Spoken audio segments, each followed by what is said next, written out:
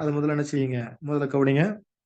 அத்தஹியாத்து லில்லாஹி வஸ்ஸலவாத்து வத்தய்யிபாத்து அஸ்ஸலாமு அலைக்க ஐயுகன் நபியு வரஹ்மத்துல்லாஹி வபரகாத்துஹு. அஸ்ஸலாமு அலைனா வ அலா இபாதில்லாஹி ஸாலிஹீன். அஷ்ஹது அல்லா இலாஹ இல்லல்லாஹ் வ அஷ்ஹது அன்ன முஹம்மதன் அப்துஹு வ ரசூலுஹு. ஓகேவா? இது அதனுடைய துஆனுடைய அரபி மூலம்.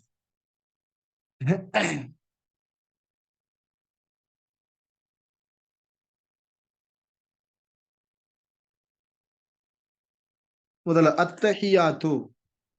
தஹியாத்து அப்படின்னா தஹியத் நம்ம படிச்சிருக்கிறோம்.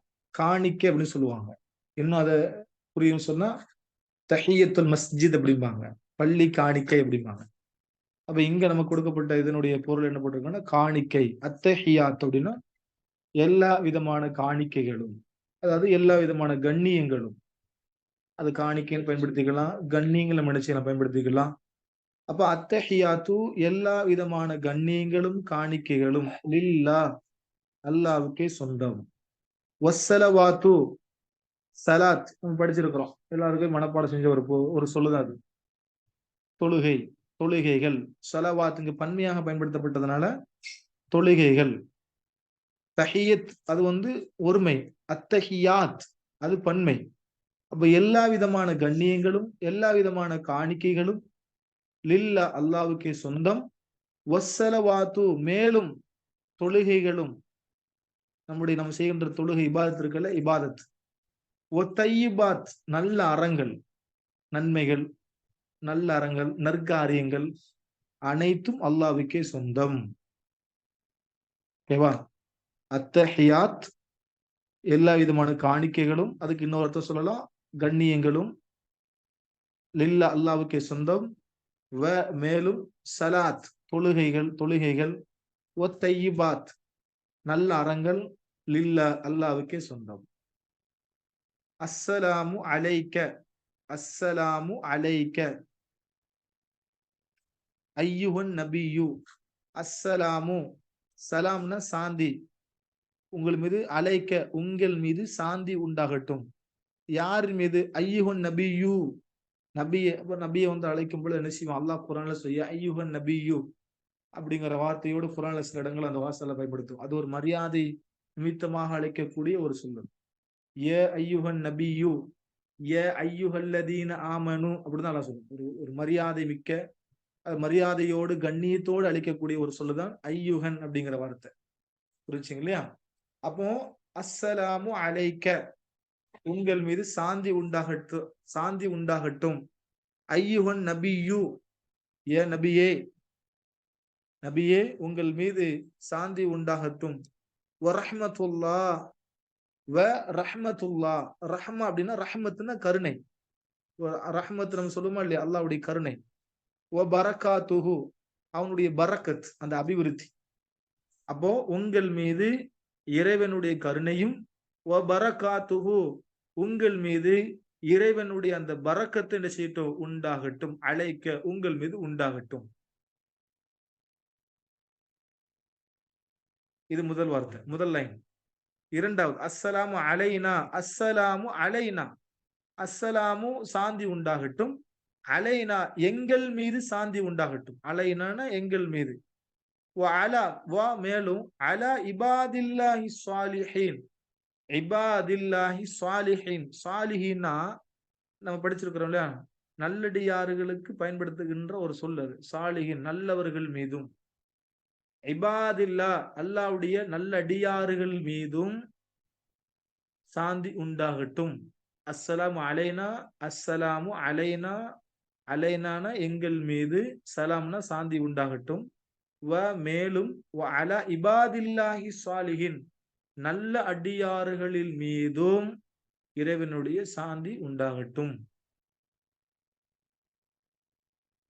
இபாதுன்னா இபாதில்லா அல்லாஹ்வுடைய அடியார்கள். சாலிஹின் அப்படின்னு நல்லடியார்கள், நல்லவர்கள்.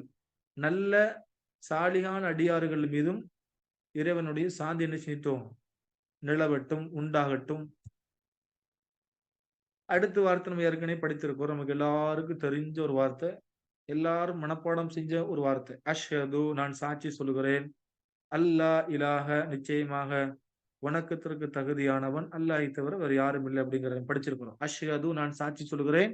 அன் லா இலாஹ அல் நிச்சயமாக லா இல்லை இலாஹ் வணங்கப்படுவதற்கு வணங்க தகுதியானவன் யாரும் இல்லை இல்லா தவிர அல்லாஹ் அல்லாவை தவிர. ஓகேவா? இது ஏற்கனவே மனப்பாடம் செஞ்சதுனால கொஞ்சம் ஸ்பீடா படிக்கிறேன்.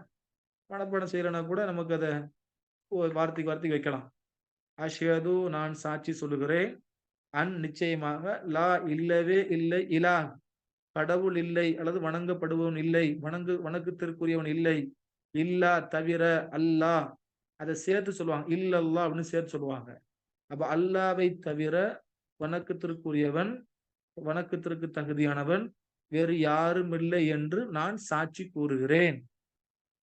மேலும் அஷ்ஹது நான் மேலும் சாட்சி கூறுகிறேன். அன்ன நிச்சயமாக முஹம்மத் ஸல்லல்லாஹு அலைஹி வஸல்லம் முஹம்மது நபி ஸல்லல்லாஹு அலைஹி வஸல்லம் அவர்கள் அப்துஹு அவனுடைய அடிமை என்றும் வ ரசூலுஹு அவனுடைய தூதர் என்றும் நான் சாட்சி கூறுகிறேன். இதான் அந்த துஆனுடைய பொருள்.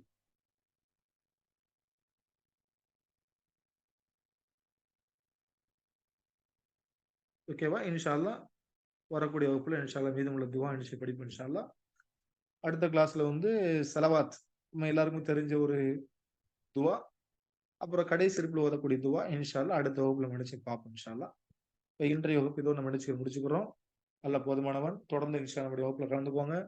நம்முடைய கொள்கை அக்கீதா சம்பந்தப்பட்ட விஷயங்கள் நாம் தெளிவாக படித்தால் அதுல தெளிவாக இருந்தால் மட்டும்தான் இந்த தீனுல் இஸ்லாத்தை நினைச்ச முடியும், உறுதியாக இருக்க முடியும். அதோடு அந்த கொள்கை சரியாக புரியாத எத்தனையோ மக்கள் இந்த உலகத்தில் வாழ்ந்துட்டு இருக்கிறாங்க. அந்த மக்களுக்கு கொண்டு செல்லக்கூடிய ஒரு கடமை நம் மீது இருக்கிறது. நம்மை சுற்றி இருக்கக்கூடிய எத்தனையோ மக்கள் இருக்கிறாங்க. படிப்பதை நம்மளோட நிறுத்தி வைக்காம நம்மை சுற்றி இருக்கக்கூடிய அல்லாஹ்வை பற்றி சரியாக தெரியாத புரியாத எத்தனையோ மக்கள் இருக்கிறாங்க. அவங்களுக்கு கொண்டு சென்று சொல்லக்கூடிய ஒரு கடமை நம்மகிட்ட இருக்கனால நம்ம நினைச்சு கண்டிப்பாக அது தெளிவாக நம்ம படிக்கணும்.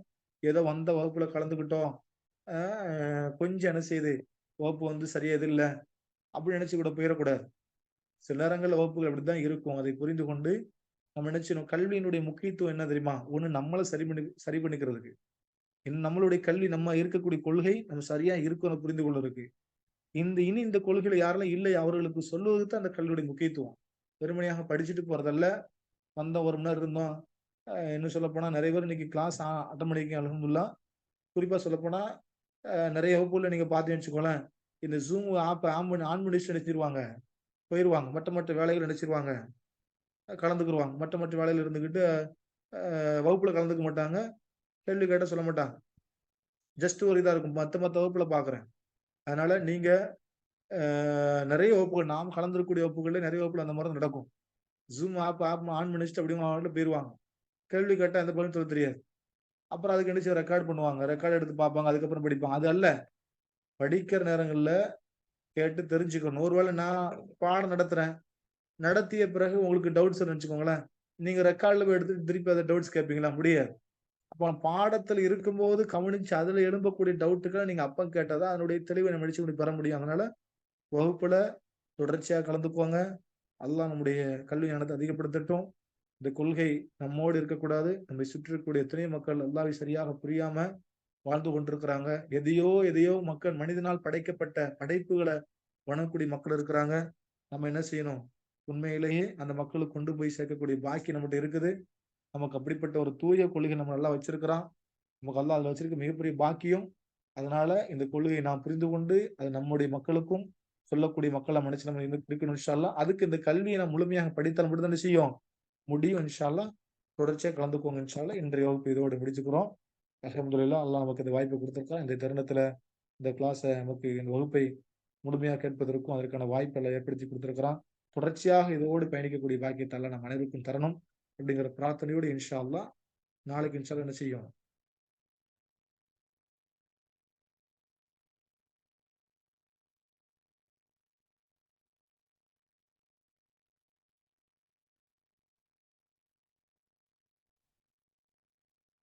இந்த மாதத்துல வந்து எக்ஸாம் இருக்கு இல்லையா? இந்த மாதத்துல எக்ஸாம் இருக்குது. இன்ஷா அல்லாஹ் இந்த மாதத்துக்கான எக்ஸாம். அப்போ நம்ம இன்னைக்கு 29 தேதி அப்படிதானே? அப்போ இது வரைக்கும் நம்ம இன்ஷா அல்லாஹ் கடந்த இந்த ஒரு மாசம் என்ன சப்ஜெக்ட் 2 மாசத்துக்கு டெஸ்ட். ஓகே. அப்ப இன்ஷா அல்லாஹ் இது வரைக்கும் நம்ம என்ன நடத்தியிருக்கிறோமோ அதை முள்ள நீங்க நினைச்சுக்கோங்க, பார்த்துக்கோங்க.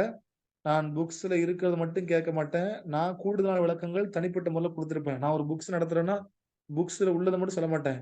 அதுல மேற்கொண்டு தகவல் உங்களுக்கு நான் கொடுத்திருப்பேன். அதை வச்சு வச்சு கேள்விகளை கேட்பேன் இன்ஷா அல்லாஹ். அதனால கிளாஸ்ல தொடர்ச்சியா கவனத்துல இருந்துக்கோங்க.